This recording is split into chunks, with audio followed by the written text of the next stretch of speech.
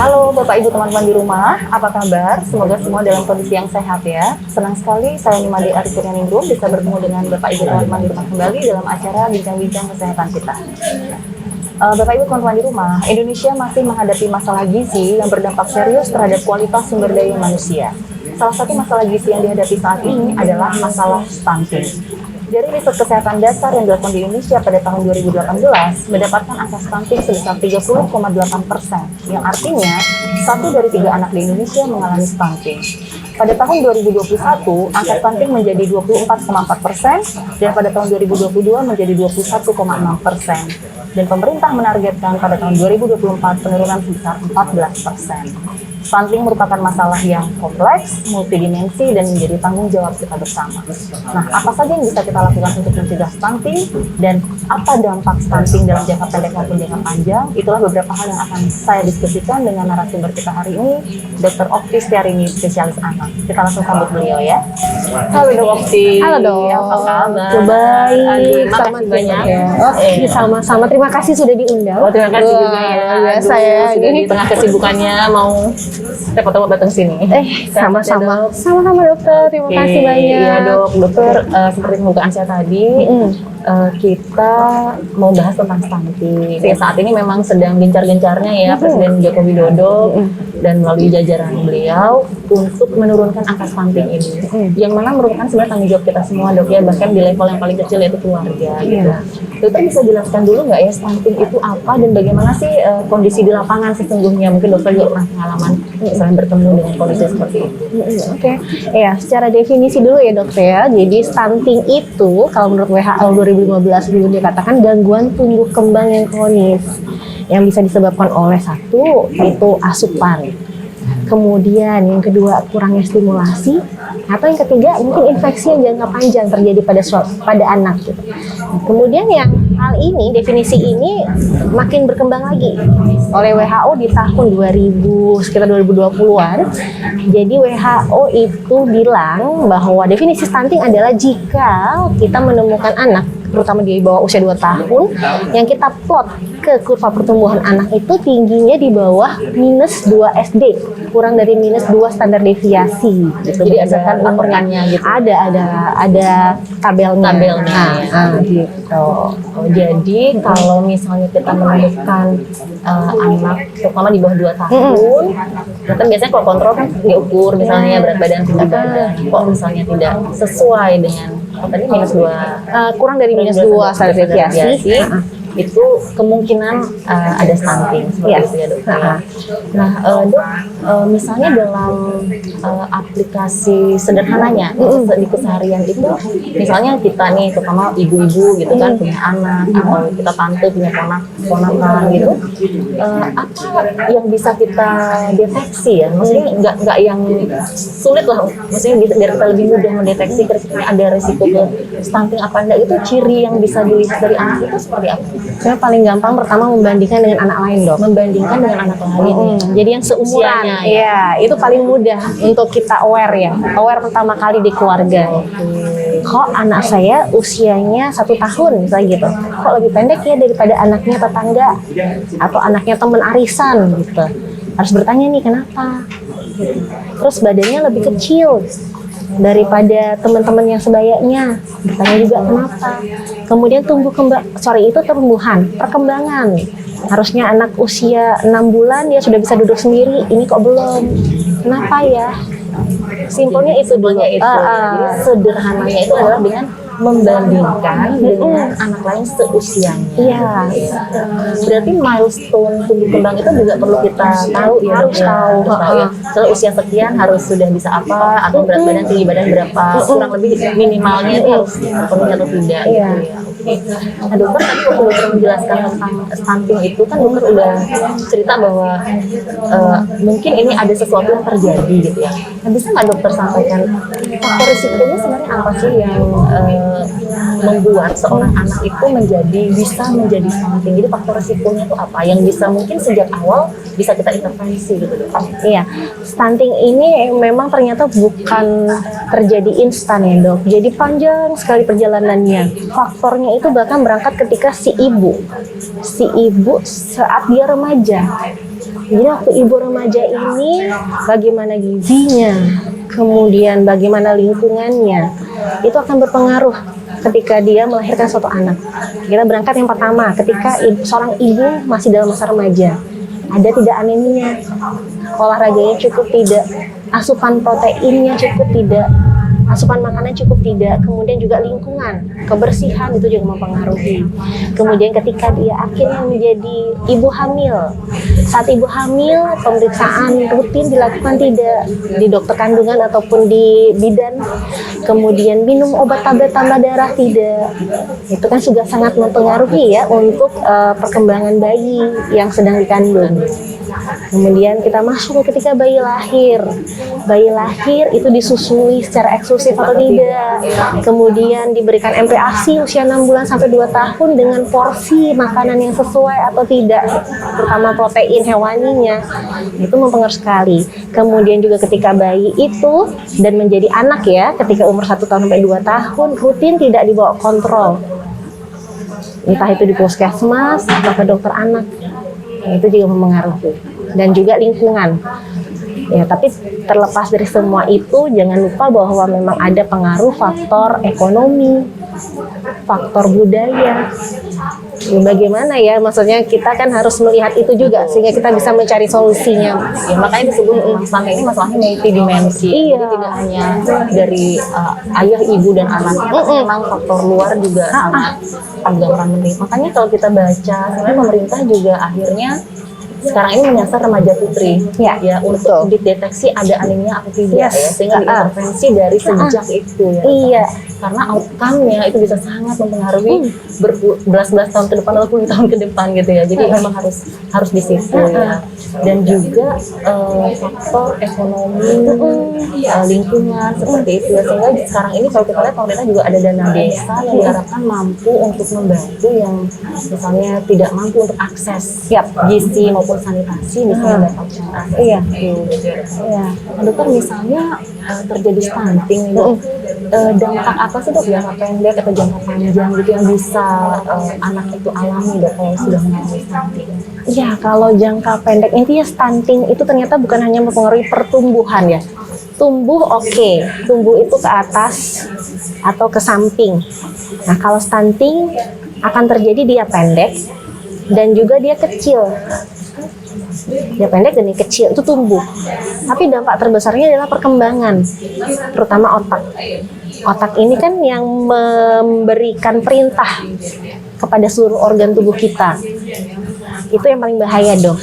Jadi satu, tentunya ketika anak stunting pendek dan kurus, sosial juga akan berpengaruh. Bagaimana anak dengan percaya dirinya, kok saya beda dengan teman-teman lain. Itu dulu, itu akan mempengaruhi psikologisnya. Kemudian perkembangan otak tentunya akan mempengaruhi lagi kemampuan dia, kemampuan belajarnya. Itu kan berdampak besar sekali buat si anak. Dan kedepannya beresiko untuk terjadinya penyakit-penyakit yang namanya degeneratif, obesitas. Dia sudah pendek, tiba-tiba nanti pas mulai besarnya dia gendut. Kan udah pendek gendut gitu ya, kan kasihan juga anak itu. Kemudian hipertensi, stroke, itu besar terjadi karena si stunting ini gitu. Dia panjang gitu. Jadi mulainya dari ibunya waktu remaja, hamil, kemudian melahirkan. Tapi belum tentu dari ibu aja ya. Bisa aja itu di startnya ketika hamil dan melahirkan, atau startnya ketika melahirkan, startnya ketika mulai MPASI, itu juga bisa. Tetapi dampaknya sepanjang hidup anak itu. Jadi stunting itu dampak jangka panjangnya itu bisa juga menimbulkan penyakit-penyakit metabolik ya. Ya, itu dia. Yang mana pada usia dewasa, misalnya saya juga ketemu di penyakit dalam gitu, bisa timbul penyakit metabolik yang awalnya mungkin dimulai dari stunting. Bisa salah satunya diabetes juga bisa ya dok ya. Itu kan momok banget ya diabetes itu. Jangan sampai sebenarnya. Jangan sampai, sekali diabetes kan, kita tahu dia akan kemana-mana ya, semua organ itu. Memang sebenarnya tanggung jawab kita juga sih ya tentang stunting ini. Nah dokter, kalau kita lihat tadi beberapa faktor risiko dari kejadian stunting itu, sepertinya memang fokusnya itu di gizi juga ya. Yap. Jadi mau tidak mau itulah utamanya ya. Mau tidak mau itu. Dokter, kalau misalnya anak ketemunya nih sudah stunting gitu ya.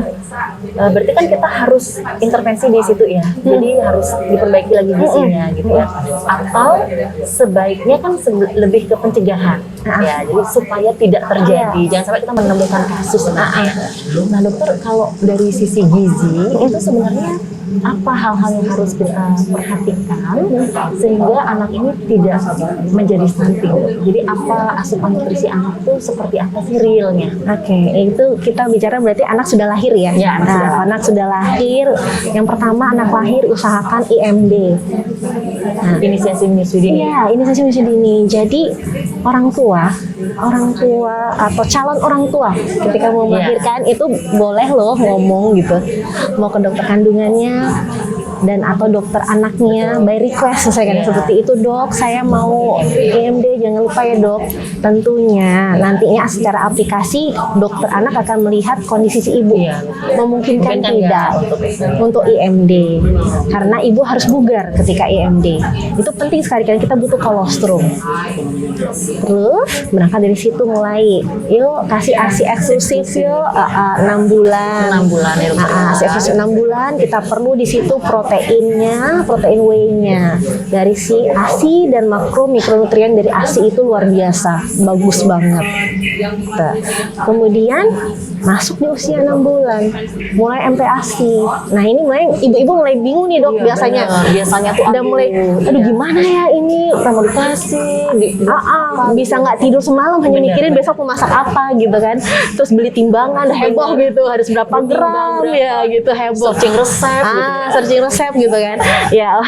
Itu wajar sih, itu wajar terjadi karena seluruh ibu di dunia pasti pingin ngasih yang terbaik buat anaknya dan rasa excited ya, jadi senangnya gitu untuk nyiapin semua itu gitu ya. Itu. Nah terus kemudian yuk berangkat ya MPASI gitu mulai ya gitu. Gimana sih porsinya dok gitu? Sebenarnya sama seperti orang dewasa, semua harus ada, karbohidratnya ada, protein hewani ada, nabati ada, sayur buah ada. Kalau kita mulai awal, ya nggak semua kita bisa masukkan, kan pengenalan, ya. Nah, saya nyelipin juga ya dok ya. Terkadang kita bicara, oh kalau mulai pengenalan awal anak itu MPASI harus sayur buah ya? Enggak harus buah, ini harus sayur. Apapun boleh, yang penting cair. Jadi yang penting cair. Oke, kita kembali lagi yang kita bahas, masalah protein hewani, nabati, sayur, karbohidrat, dan buah gitu.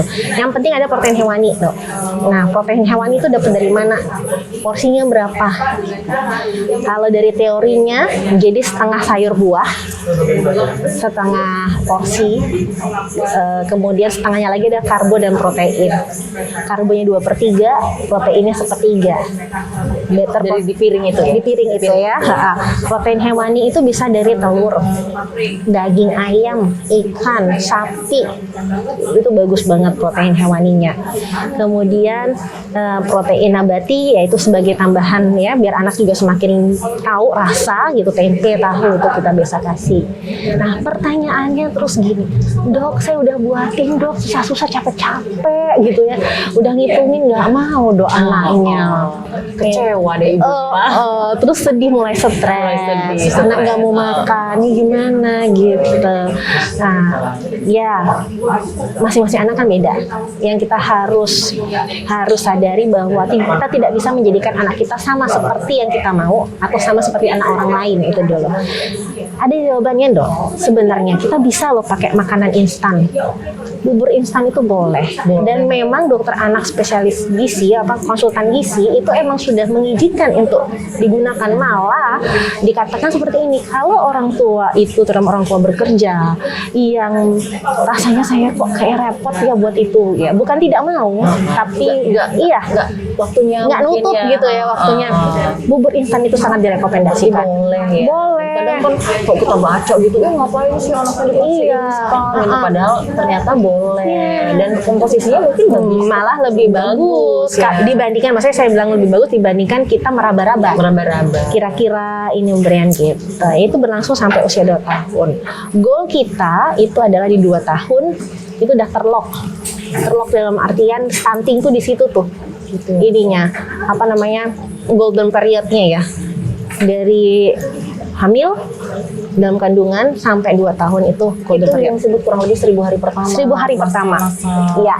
Kita sebut kritis 270 juga. waktu di dalam kandungan, 730 saat sampai usia 2 tahun gitu. Jadi disitulah periode yang harus benar-benar kita optimalkan. Betul Kita banget. maksimalkan ya, jangan sampai kelewatan. Ya, terutama gizi ya. Terutama Oke. gizi ya. Ah, Jadi gizi terkait dengan asupannya, Yes. nutrisinya. Jadi tadi harus lengkap karbohidrat, protein, hewani nabati, kemudian ada lemak sayur dan mineral, Iya. vitamin mineral sayur buah seperti itu ya. Nah dok, misalnya nih, kalau sebenarnya kita melakukan itu baik dengan instan maupun buat sendiri, jadi sebenarnya opsinya apa saja boleh ya. Dalam arti yang mau buat silahkan. silakan monggo gitu ya. Yang mau pakai instan juga Boleh. silahkan gitu, nggak ada yang salah dengan itu gitu dok ya. Nah kalau misalnya kita mampu memberikan itu, sebenarnya resiko untuk stunting berarti kecil sekali kan. Kalau anak misalnya mampu untuk mengkonsumsinya juga, berarti resiko stunting itu sebenarnya bisa kita hindari. ya. Nah dok, misalnya nih 1000 hari pertamanya ternyata itu istilahnya tidak mencukupi ya asupan nutrisi sehingga stunting itu terjadi. Apakah bisa kita catch up di setelah 2 tahun ini? Kita kejar untuk kekurangannya itu udah pertumbuhannya menjadi lebih baik dan perkembangannya masih ada peluang itu nggak? Ya ini secara teori ya dok ya, dikatakan itu udah susah gitu, karena ya? perkembangan itu sudah kasarnya gagal gitu ketika usia 2 tahun. Terutama mungkin tinggi badan, dia masih punya kesempatan ketika hormonal ada namanya percepatan laju pertumbuhan itu tinggi, itu bisa meningkat tuh di situ. Tetapi otak sudah nggak bisa, Sudah ini. perkembangan otaknya sudah iya kurang gitu, karena si stunting itu sendiri. Karena di 2 tahun itu Iya, sebenarnya 2 tahun itu goalnya. paling Menentukan. responsif mungkin Yes. waktu itu untuk otak gitu ya. Oh berarti mungkin untuk tumbuhnya masih bisa karena ada laju percepatan, tapi kalau untuk perkembangan otaknya itu yang ini ya. Berarti itu akan lebih berpengaruh di kognitif gitu ya dok ya, kemampuan pikir, analisa seperti itu. Kalau untuk persarafannya itu kan dari brain juga, dari otak juga, itu akan ada perlambatan juga. Iya, katanya karena dikatakan itu kan juga mengalami gangguan mielinisasi yang seperti itu dok. Perkembangan sinaps itu juga mempengaruhi. Iya. Jadi berarti memang sebelumnya saya juga sempat berbincang dengan dokter SPOV ya, dokter kandungan. Memang ternyata dari saat perencanaan kehamilan dan saat hamil itu memang poin penting sekali. Bahkan kita untuk mendapatkan kualitas anak yang baik dari saat perencanaan kehamilan udah asupan nutrisi harus bagus, olahraga harus bagus, gitu ya. Saat hamil juga suplemen, saat nutrisi dan seterusnya. Ya, ternyata dampaknya itu luar biasa ya. Sangat mempengaruhi di 1000 hari pertama itu. Iya. Nah dokter, terkait stunting ini juga kan tadi risikonya beberapa itu termasuk akses terhadap zat gizi, kemudian mungkin sanitasi, yang lingkungan juga gitu. Nah dok, misalnya perkembangannya kan ini dianggap bisa sudah sedikit berkurang lah dibandingkan anak yang tidak mengalami itu gitu.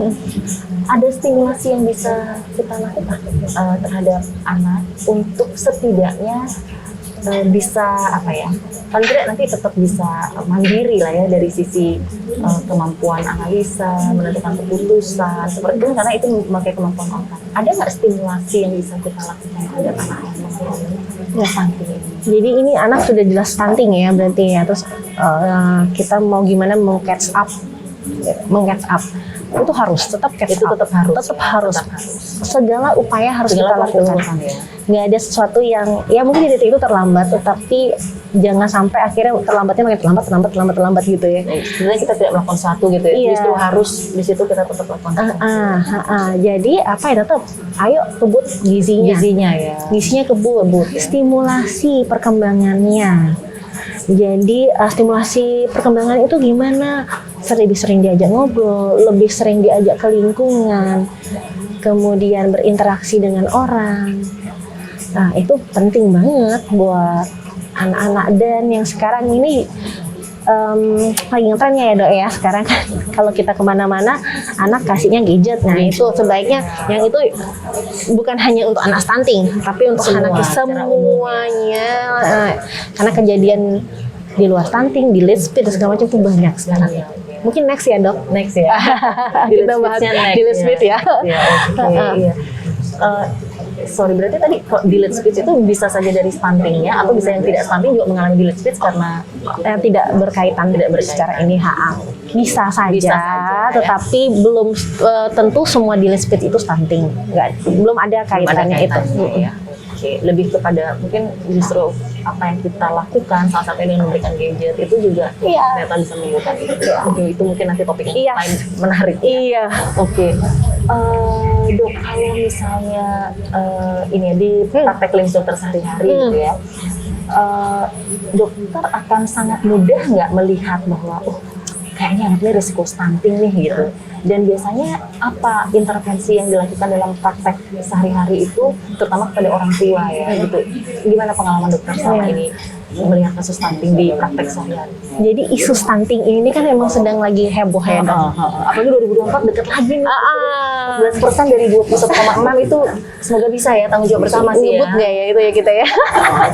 Jadi stunting tuh lagi heboh. Terkadang tidak semua ibu-ibu itu mengerti apa itu stunting sebenarnya. Jadi yang ada malah timbul ketakutan.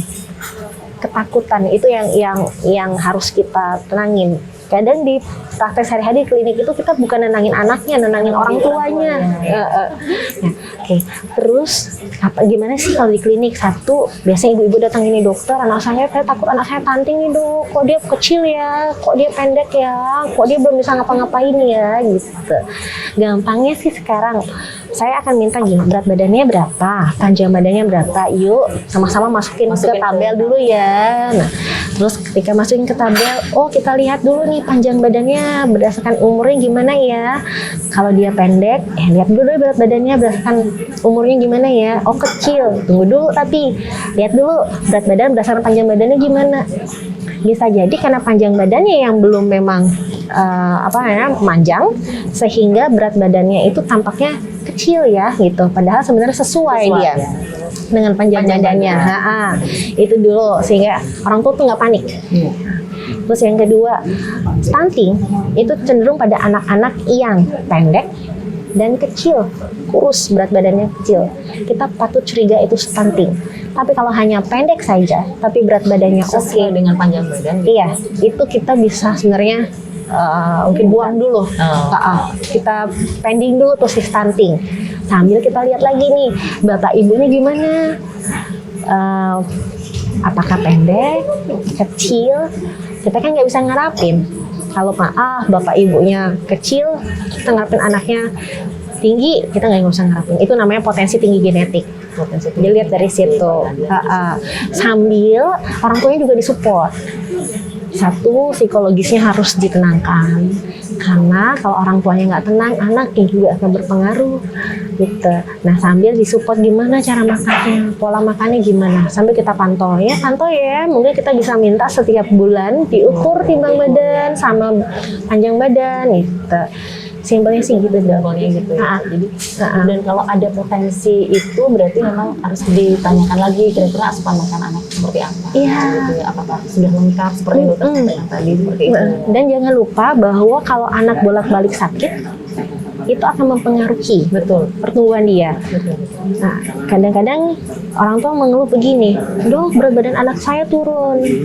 Ada sakit nggak? Iya, habis sakit 2 minggu lalu dok batuk pilek. Itu hal yang wajar. Namanya sakit, infeksi apalagi terus ada kronis, apalagi anaknya misalnya ada penyakit jantung bawaan, itu ya susah kita mengharapin anaknya akan bertumbuh dengan normal sesuai dengan usianya gitu. Sama satu lagi, jadi kita Indonesia itu sudah menggunakan tabel pertumbuhan berat badan, panjang badan itu yang sesuai untuk orang Indonesia, tidak lagi menggunakan yang punyanya luar, karena itu akan merancukan. Karena beda ya. Kesannya orang Indonesia semua pendek semua. Ya. Gitu. Betul. Jadi udah ada itu. Dan kalau orang tua mungkin tidak familiar cara menggunakan apa kan bisa saat berkonsultasi dengan dokter bisa menanyakan gitu ya. Dokter, sebenarnya mengingat stunting ini memang merupakan suatu tanggung jawab bersama, sebenarnya kolaborasinya seperti apa ya dok ya? Mungkin program nasional sebenarnya sudah ada ya, dana desa dan seterusnya itu untuk dipakai. Sebenarnya kolaborasinya itu kalau saya bayangkan kan dari keluarga, kemudian mungkin posyandu, tempat-tempat fasilitas kesehatan, kemudian mungkin di rumah sakit dengan dokter spesialis dan seperti itu. Bagaimana realnya dok sebenarnya di lapangan itu?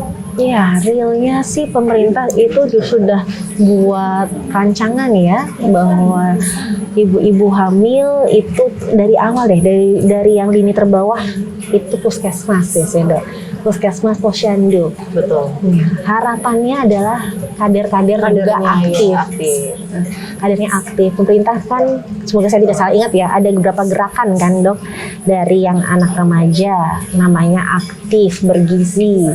Jadi pemerintah sudah masuk ke sekolah-sekolah untuk mengukur sudah berbilang anemia atau tidak. Betul. Mulai mensubsidi tablet tambah darah, mulai mengedukasi ayo olahraga, ayo sarapan gitu. Itu penting sekali. Kemudian kita masuk lagi ke balitanya. Ke balitanya itu untuk ibu-ibunya, untuk bumil-bumil itu juga aktif melakukan pemeriksaan. Paling tidak 6 kali ya dok, semoga saya nggak salah itu kalau dari kandungan 6 kali sama hamil untuk USG, untuk melakukan pemeriksaan 2 kali USG di dokter kandungan. Kemudian yang ketiga posyandu aktif. Ini harapannya kader-kadernya nih juga ya. Selain juga dari ibu-ibunya sendiri sadar bahwa saya harus membawa anak saya setiap bulan untuk melakukan pemeriksaan tumbuh kembang gitu. Jadi kalau ada keterlambatan itu lebih cepat untuk disadari dan dilakukan intervensi. Ya. Terus yang ketiga itu kader jambore kalau tidak salah namanya. Jadi memang ada meningkatkan capability dari kader-kader posyandu untuk bisa lebih masuk lagi, lebih aware lagi, lebih lagi untuk melakukan screening terhadap ibu-ibu hamil dan juga anak-anak. Yang terakhir ini nih mungkin lagi ngetren nih, hashtag cegah stunting itu cegah stunting itu sehat gitu ya kalau nggak salah ya. Itu yang harus kita lakuin. Ada ABCDE. A, atasi dengan pemberian tablet tambah darah, kemudian B itu bumil rajin ke posyandu periksa kehamilan, C cukupin protein hewani, kemudian D itu datang ke posyandu setiap bulan, yang E adalah ASI eksklusif sama 6 bulan. Yaitu upaya dilakukan untuk mencegah stunting. Memang mungkin dari kader posyandu sebagai yang lingkup terkecilnya yang bisa mungkin dalam hitungan beberapa kepala keluarga gitu ya, mungkin jadi door to door seperti itu mungkin bisa lebih aktif ya, karena apalagi 2024 udah tinggal setahun lagi, target itu harus kita kejar, dan karena dampaknya kan panjang kualitas sumber daya manusia Indonesia kan berangkat dari bahkan remaja putri gitu kan, karena yang kurang darah dan segala ternyata memberikan dampak buruk ya terhadap kondisi ini. Nah dok, terkait dengan tadi yang dokter bilang bahwa seringnya terjadi infeksi, itu ternyata bisa berdampak juga terhadap tumbuh kembangnya. Dan berarti kalau misalnya dari umur baru lahir misalnya atau beberapa bulan setelah itu terus terjadi infeksi itu bisa terjadi stunting berarti dok ya? Bisa. Nah, berarti dok intinya kalau anak itu ada sakit harus segera dilakukan pemeriksaan dan diobati itu sehingga pulihnya lebih cepat gitu. Iya, itu penting sekali dok. Jadi memang anak sakit terkadang orang tua dibiarin aja dulu lah ya, batuk pilek biasa gitu kan. Nah, sebaiknya diperiksakan. Jadi batuk pilek itu terkadang mungkin suatu hal yang disebabkan hanya infeksi virus. Ya oke, virus itu 5-7 hari kita harap ya membaik sendiri.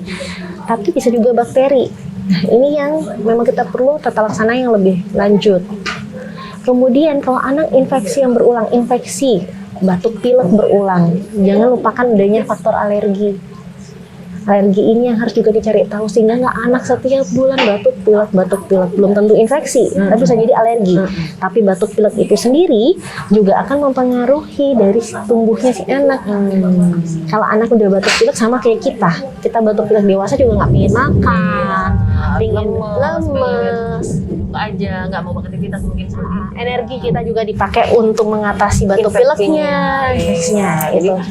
asupan makan udah kurang untuk infeksi, habis dipakai untuk ngelawan Iya. infeksinya. Jadi di situ akhirnya ada perlambatan ya. Iya. Kalau di masa 2 tahun pertama itu Iya. terutama ya. Dan jangan membeli obat sendiri ya dok. Iya maksudnya anjurannya Betul. seperti itu ya. Baiknya diperiksakan Iya. ke tenaga kesehatan, bisa dokter atau dokter spesialis Betul. seperti itu ya, sehingga penanganannya tepat, Yes. ya, tepat untuk outcome yang baik. Gitu.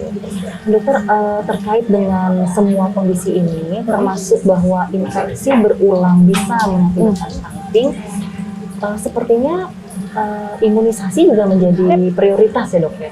Dokter bisa jelaskan nggak keterkaitan imunisasi dengan stunting ini, di mana imunisasi ternyata memegang peranan penting juga. Ya, jadi imunisasi itu semuanya wajib dok sebenarnya. Semuanya wajib. Jadi banyak sekali imunisasi ya. Ini sekalian ya kita Iya, mengedukasi betul. ibu-ibu masyarakat gitu bahwa banyak sekali loh imunisasi itu. Hampir 20-an. Memang satu ada yang disubsidi oleh pemerintah, ada yang tidak disubsidi oleh pemerintah. Jadi nggak ada yang namanya diwajibkan pemerintah, tidak diwajibkan.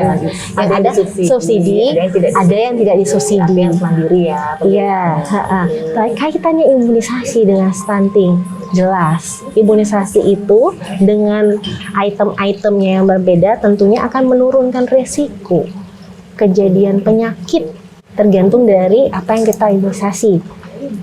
Nah, kenapa kok imunisasinya cuma 20 ya dok, sedangkan kan penyakit banyak banget? Alasannya karena dari yang puluhan itu atau belasan itu adalah penyakit yang sering terjadi. Ya. Sehingga itulah yang dipilih.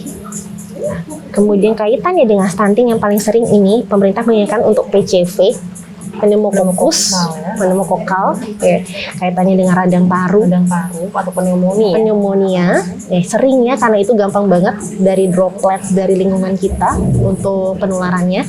Yang kedua adalah rotavirus. Rotavirus ya. Kaitannya dengan pencernaan, infeksi, infeksi pencernaan disebabkan oleh rota. Kalau yang PCV itu sudah disubsidi oleh pemerintah sekarang dokter. Oke, bagus ya berarti. Ya, cuma rotavirus saat ini belum. Jadi harus mandiri ya. Iya, harus mandiri. Tapi dari semuanya, bukan hanya PCV dan rotavirus, itu harus. BCG yang di sini ya sebelum 1 bulan itu harus tuberkulosis, dan harus sebelum 1 bulan ya. Iya. Bahkan kadang dari baru lahir ya. Iya. Ya kita dikasih waktu hanya sebelum 1 bulan. Sebelum 1 bulan. Secepat mungkin nggak bisa. Sesaat setelah lahir katakan seperti itu. Polio, DPT, hepatitis B, HIV, nanti ada influenza, ada varicella banyak ya dok. Wah, ada hepatitis A banyak, investasinya banyak. Tifoid juga ya. Tifoid ada juga. Mungkin bisa diistilahkan bahwa ya kalau pemerintah bisa mensubsidi semua sangat baik ya. Tapi sekarang dari beberapa itu semua sudah ada yang disubsidi dan beberapa tidak. Itu sudah luar biasa sebenarnya dokter. Kita mampu dengan itu sebenarnya kita telah menginvestasikan. Kita dengan mensubsidi itu sebenarnya kita sudah menginvestasikan kehidupan anak bangsa ini nanti sebenarnya berdampak ke kualitas sumber daya bangsa kita juga ya. Jadi sebenarnya dok, kalau untuk mencegah stunting ini memang faktornya tidak single ya, tidak satu ya. Jadi tapi memang salah satunya asupan gizi itu peran utama, kemudian mungkin sanitasi juga ya, kebersihan dan imunisasi juga ya, sehingga mencegah kejadian penyakit infeksi berulang seperti itu. Dan kesadaran diri. Seperti apa itu dok? Kesadaran diri itu kesadaran orang tua. Orang tua ya. Jadi kita tidak pernah bisa meminta kita hidup dalam lingkungan seperti apa, ekonomi seperti apa, budaya seperti apa. Tetapi yang kita bisa lakukan adalah menyesuaikan kondisi di mana kita berada. Contohnya misalnya, oh maaf, misalnya ekonomi memang ada menengah ke bawah. Ya kita sadar bahwa ada puskesmas loh. Sebagai tempat saya untuk melakukan pemeriksaan anak, tumbuh kembang anak, kemudian juga imunisasi anak. Bisa seperti itu. Bahkan kan ada seperti puskesmas ada program untuk memberikan bubur bayi itu dok ya, tambahan, iya tambahan itu kacang hijau kadang-kadang ya. Intinya yang penting kita adalah niat, niat orang tua ya, untuk memberikan yang terbaik. Betul. Tapi menyesuaikan dengan kondisi. Begitu juga ketika berada di menengah ke atas. Itu juga perlu kesadaran juga. Bukan berarti berada di posisi itu artinya anak saya akan baik-baik saja. Belum tentu. Jadi tetap imunisasi harus ingat. Kemudian screening tumbuh kembang gitu. Boleh, kalau itu boleh pilihanmu, silakan kemana aja boleh. Iya. Karena opsinya jadi lebih banyak kalau iya kebetulan ekonominya lebih baik. Betul. Sebenarnya menarik juga ya. Kadang kan orang bilang misalnya, oh iya dia soalnya mampu sih, jadi makanan yang dikonsumsi bisa beragam, bisa beli daging yang mahal, ikan yang paling segar, paling bagus dan seterusnya. Ya memang mungkin pada beberapa kondisi harga-harga bisa sangat ekstrim lah, tidak bisa dijangkau juga oleh yang kebetulan misalnya ekonomi tidak seperti yang lain. Nah dok, sebenarnya untuk pilihan makanan tadi ya, terutama misalnya kan yang dikejar pada saat stunting itu sebenarnya yang biar nggak terjadi stunting itu protein sebenarnya harus bagus. Nah sebenarnya boleh nggak ya imunnya itu aja misalnya sebenarnya telur aja atau daging aja yang misalnya intinya lah murah atau terjangkau tapi tetap bantu memenuhi kebutuhan gizi, itu bisa boleh? Boleh dok. Boleh ya? Boleh ya, maksudnya telur itu menurut saya telur itu adalah suatu makanan yang murah tapi luar biasa isinya. Tapi dengan catatan tidak ada alergi terhadap telur. Itu aja tidak apa-apa.